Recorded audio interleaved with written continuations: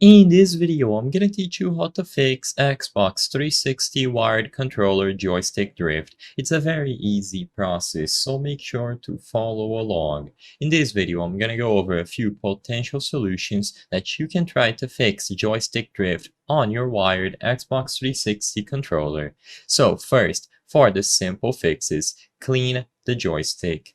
Dust or debris around the base of the joystick can cause stick drift. So by using a can of compressed air or a cotton swab dipped in isopropyl alcohol, you will be able to gently clean that area. So make sure that you do it around the edge of the joysticks, try to get it inside, and you should be able to clean out any loose dirt or debris that is messing with the contacts made there.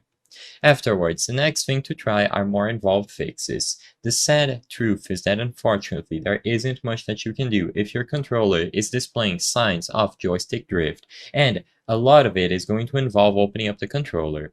So, first, if you are capable of doing this, consider opening it up and seeing how the joysticks are mounted and if there is any more cleaning that you can do inside. Like I said, by cleaning the joysticks, this is going to be the most straightforward way of getting the contacts to work and no drift happening.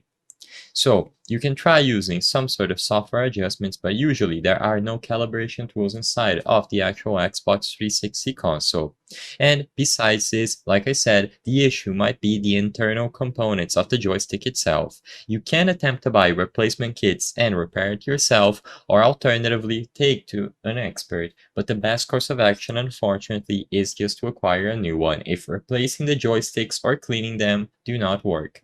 I hope I was able to help you on how to fix Xbox 360 wired controller joystick drift. If this video helped you, please be sure to leave a like and subscribe for more very easy tips. Thank you for watching.